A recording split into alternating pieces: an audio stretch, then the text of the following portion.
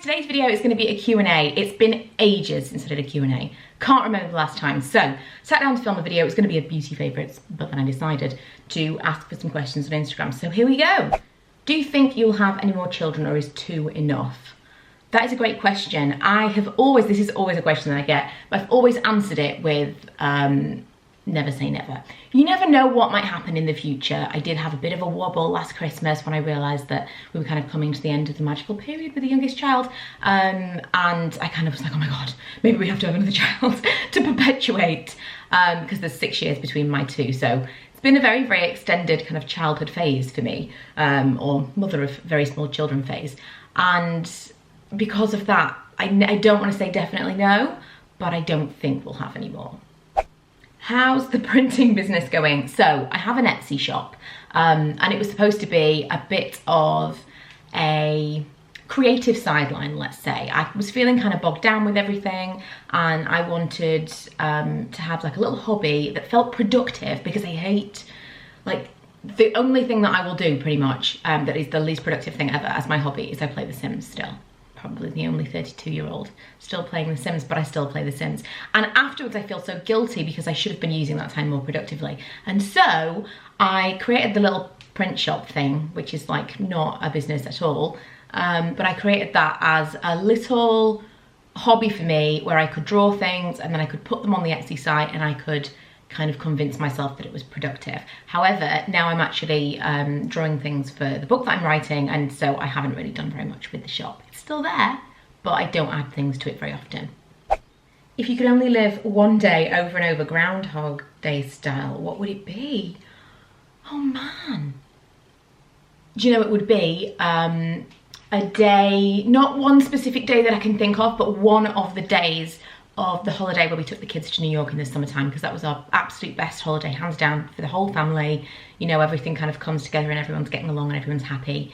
And one of those days would probably be my preferred Groundhog Day. If you could only live one day over and over, Groundhog Day style, what would it be? Oh man. Do you know it would be a day, not one specific day that I can think of, but one of the days of the holiday where we took the kids to New York in the summertime, because that was our absolute best holiday, hands down, for the whole family. You know, everything kind of comes together and everyone's getting along and everyone's happy. And one of those days would probably be my preferred Groundhog Day. Pineapple on pizza, question mark. No. What is your favourite thing about Lee? And also, if you could change one, only one thing about him, what would it be? That is a really tough question. I don't really sit and think about this very often. I was actually watching someone else's Q&A the other day and they were so sweet about their partner, and I thought, that's so lovely. And then I thought, what would I say? I'm not an overtly PDA kind of person, so these questions I find really difficult. But I would say he is very, I'm going to say tolerant, that's not really what I mean. He's not particularly patient, but I think to live with me, because I'm very erratic and kind of here, there and everywhere, and I've always got some new thing that I want to do, and I'm very kind of, I'm too much sometimes. I realise he wouldn't say that, but I am too much. And I think he's very tolerant / patient with me. One thing that I would change would for him to just like not worry so much. He really is a bit of a stress head, and if he hasn't got anything to worry about, then he'll worry about things on my behalf that I can't allow myself to stress out that much, because it's like too much. I'm not very good at handling stress, which is bizarre. We've talked about this so much, because I'm no good at handling stress, and so I just choose not to worry about things. I'm not super laid back internally, but on out, I'm just like, you know what, it doesn't matter. It doesn't matter. I'm not allowing myself to be worried about this thing because it's completely pointless, and so I just kind of like let it go. Whereas he's always a little bit stressed out about absolutely everything. So outwardly it seems like he's the one that can't handle stress, but in actual fact I think he's probably doing a better job at it than me, because he's like letting it go all the time, whereas I let it build up and then it becomes an issue. But that would be my thing. I just wish he would kind of chill a little bit and not be so worried about things all the time. How's your book going, and how do you manage to do YouTube, your other job, while the kids are off school? Oh my goodness. I don't really, is the thing. So I have a 2-day-a-week part-time job, and then I do the YouTube stuff, and in theory I write my blog, although I decided very recently that had to take a backseat, because any time I have that I can write, I have to be writing the book, because I'm coming very, very close to the deadline now. September, I have to have it in. I will, in theory, have a print copy in November, and it will be released in January. I'm really excited, but because I'm getting so close to the deadline and I feel like I'm a million miles away, I'm not excited at the same time. So at the moment, I've had a lot of late nights. Earlier this week, I stayed up till 4, had a couple of hours sleep, and then went to work. It was not a good idea, but I had to. I just couldn't see another time that I could do it. Like, the kids are home right now, and they know I'm filming, and it's pretty much the only time Milo will leave me is when he knows that I'm filming a video. If I was sitting in my bedroom writing, even if he's down there totally cool with Ella watching TV or playing a game or something, he still wants to know where I am, so constantly coming and checking on me. And writing is one of those things that just, every time you're interrupted, you kind of start from zero again. So it's really difficult right now. But as I always say in the kids' holidays, I feel like without this period of time, like I will get into a bit of a cycle of laziness, effectively. Like, oh, you know, I'll do that later, and you just kind of become a little bit complacent. And then as soon as that time is taken away from you, you really appreciate when you get it back. So I think that's why September for me is my most productive month. So I've got lots of things planned for September. I'm going to do a 30 lips in 30 days for my blog, so a different lipstick every single day, which I am pre-doing because I'm not an idiot this time. But yeah, that's kind of been the last couple of weeks of just nightmare. But I'm super, super excited about kids going back to school, it being September, and just kind of retaining or regaining rather some time to do that stuff rather than having to stay up so late and get it done. If you could live anywhere in the world outside the UK, where would it be and why? 100% New York. Even with the current political climate, I would still move to America in a heartbeat. Not really a thing we can do, because I share custody of Ella with her dad, and she's only 13, or just about to be 13. That's always been my, well, we can't really do that until she's older and she can make a decision about where she wants to live. But even then, I feel like I would have a hard time leaving, because on the one hand, when you share custody, you've got, on the one hand, you've got what if they don't want to come with you, and on the other hand, what if they do? How terrible are you going to feel for taking that child, however old, away from their other parent? I don't know. That's, you know, in an ideal world, everyone would be happy, and that's what I would do, but I don't think we'll probably ever move anywhere very far away for that reason. What do you think is the future for YouTube? I think everyone's really sick of these unattainable bougie YouTubers who would rather see people, would rather see people like yourself. Do you think the style of channel have run its course, the champagne lifestyle? Okay, so I don't really follow people like that, probably for the reasons that you've mentioned. It's not really my thing. I like vlogs, I like people chatting, could be about literally anything. I very occasionally will watch like cleaning videos and stuff like that, and organising videos, depending on what I'm doing. If I'm organising something, I like to listen to other people talking about it in the background. It's kind of motivation, and again, I just like to hear people chatting to me. So even my favourite beauty videos now are just people sitting and talking about stuff that they're really enjoying, not necessarily hands-on stuff and anything like really overproduced. It's just never really been something that I'm super, super into. So I can't really speak from experience in that regard, because I've never really moved away from it. I never really was into it to begin with. However, the popularity of vlogs kind of shows that people perhaps are into something a little bit more real. So maybe, I mean, for me particularly, or personally, specifically, whatever, I found that my channel just kind of like slowly was dying, regardless of the content that I put out there. And so I don't really know what's happening with YouTube. Maybe it'll come back up again. Maybe it will continue to go back down. I don't know. I don't know what people want to see. I don't know what the future of YouTube is. I really wish I did, because I feel like it would be kind of an ace in the hole, given that this is what I do.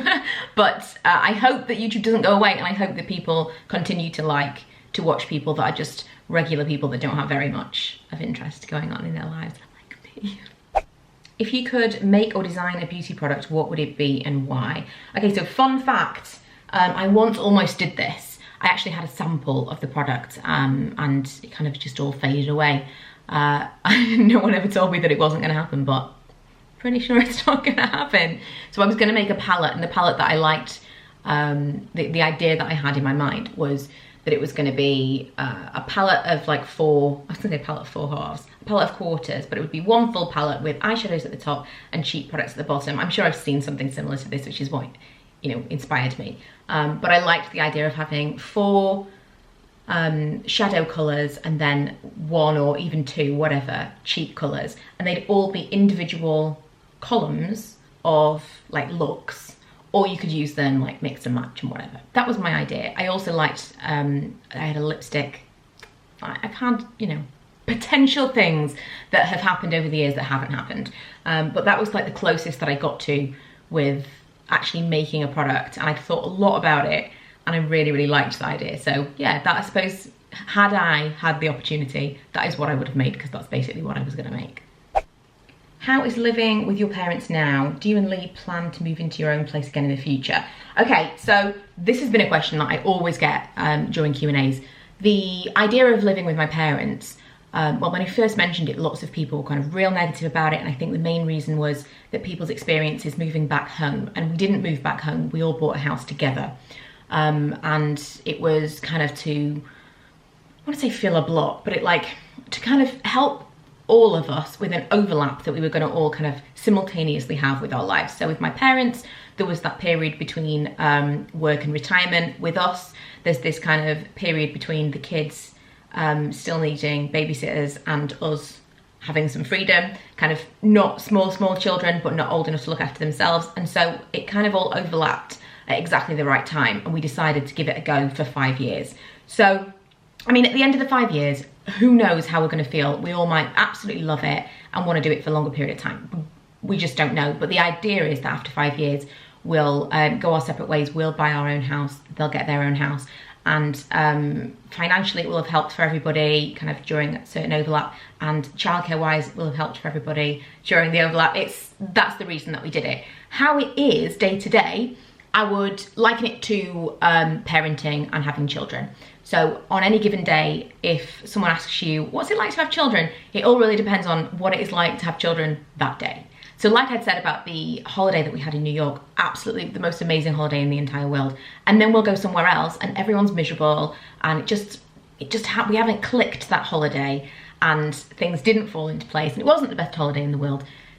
We don't hate the children, we don't hate the fact that we have children, it's just that particular holiday was a difficult period of time. One day we could have kind of teenage strops, the next day we could have like sweetness and light.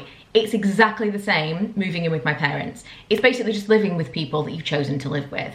And I give the example of children because I think it's something that most of you will be familiar with.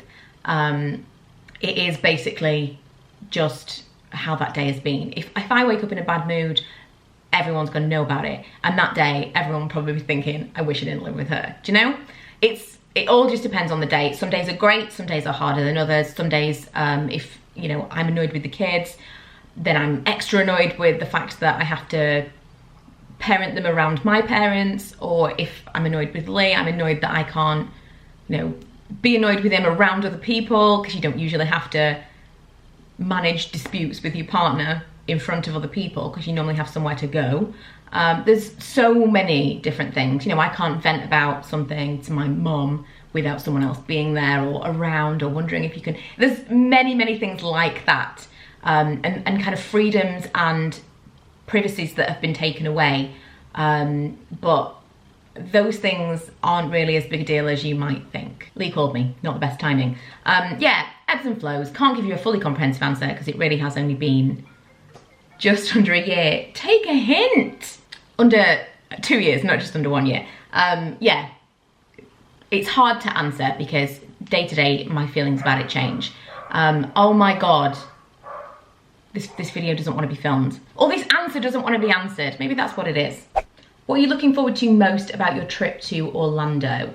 Ooh, that's a great question. I'm actually going to film a video about my Disney plans because I'm such a noob. I've never done this before. The whole planning of it since it's been Disney World. I haven't been since I was 17, but Disneyland Paris is completely different. So you've got to plan everything in advance with Disney World. So I will film a video about this. I can't say what I'm most excited about because at the moment I'm so stressed out about fast passes. Where do you see yourself work-wise in 3 years? Still blogging, YouTubing? If so, Will you go in a different direction content-wise, or different format like writing for a magazine, or head towards a full-time normal job? That's technically one question. That's from Laura. Do you remember Laura? Follow-up question, will you ever let Laura be Jasmine when duetting A Whole New World, despite the fact she's better suited to the male parts? Well, Laura, you know, in answer to your second question, absolutely not. Okay, where do I see myself work-wise in 3 years? I thought Lee was calling me again then. That is tricky because, like I said earlier, I just don't know the future of YouTube. I told myself at the beginning of this year I was going to give myself a year.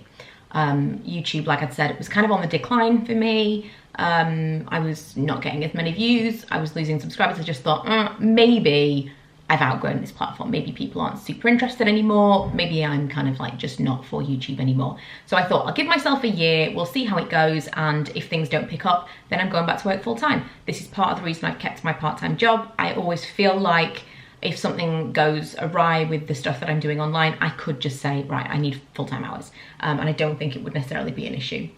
So that's kind of why I've always got one foot over there. It's just, I can't imagine the stress that I would have if I was 100% full-time doing this. I need to know that I've got some guaranteed money coming in and an option, worst case scenario. So, because I'd given myself a year, I was thinking probably by next Christmas, I'd be making a move into going back to work full time. Well, a few things happened this year. Number one, quite early at the beginning of the year, I was offered the book, to write the book. So I've been writing the book, I'm nearly finished with the book. And although I have no idea what the potential of that is, the main thing, because like I said, I had this physical product in my hand before that I was told was going to be released and there never was. My main goal throughout it all has been to have this book in my hands because I'm just always totally prepared for something to fall through. So once I've gotten the book in my hands, I'll be a lot more excited. But that has potential to open me up to something completely different. If it goes well, maybe that's something I could do. Maybe I could. I mean, writing for a magazine, Laura knows me, that would be my absolute dream. That's like my my dream career would be writing something for a magazine, although that's probably a dying media now, so maybe I'll stick to blogging. But the idea of writing like a column, that's like it for me. That would be the thing that I would have wanted to do at school.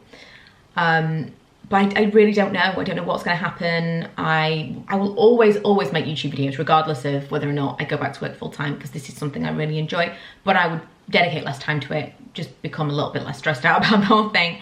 And I probably would still blog. I'd still be on social and everything, so you guys may not even know if I decided to make that change. But in 3 years, if I could write another book, if I could be writing something for a magazine, they would be absolutely amazing things to happen. What movies would be better if they were turned into musicals? Oh, Emma, all movies, you know this. I'm trying to think of one. Well, my favourite movie of all time is Sleepless in Seattle, so let's say that. I think Tom Hanks would be great. Okay, we're gonna do the last one. If someone had to play you in a film, who would you choose and why? Why did I make this the last one? I have no idea. I really don't know. That's a terrible last question, isn't it? Because I don't know the answer. I can't think of anyone that I like. Who? Oh, Jessica Simpson. Definitely Jessica Simpson. Because obviously she looks just like me. No, I don't know. I don't know. Maybe Drew Barrymore. I would appreciate Drew Barrymore, who I think is a touch older than me, playing me in a film. I think Drew Barrymore. So that is it. I really enjoyed this, and the kids stayed quiet for a really long time. I'm gonna do this more often just to get some like alone time. Yes, really, really great questions. Thank you so much. I hope you enjoyed this video. I know it's longer than normal, but we haven't done this for ages. So I thought we would just kind of chat a little bit, and I'm interested to see what you guys think of some of my answers. Sometimes I'm answering them and I'm like, oh my God. Let's see what the comments are like on this one. But yeah, I hope you enjoyed it. Don't forget to subscribe, click the notification bell, all that jazz. I don't know what YouTube's doing. I don't know. We'll see how it goes, but I'll be around for a while if you'd like to keep watching. And if you would, subscribe, check out my other videos, and I will see you guys next time.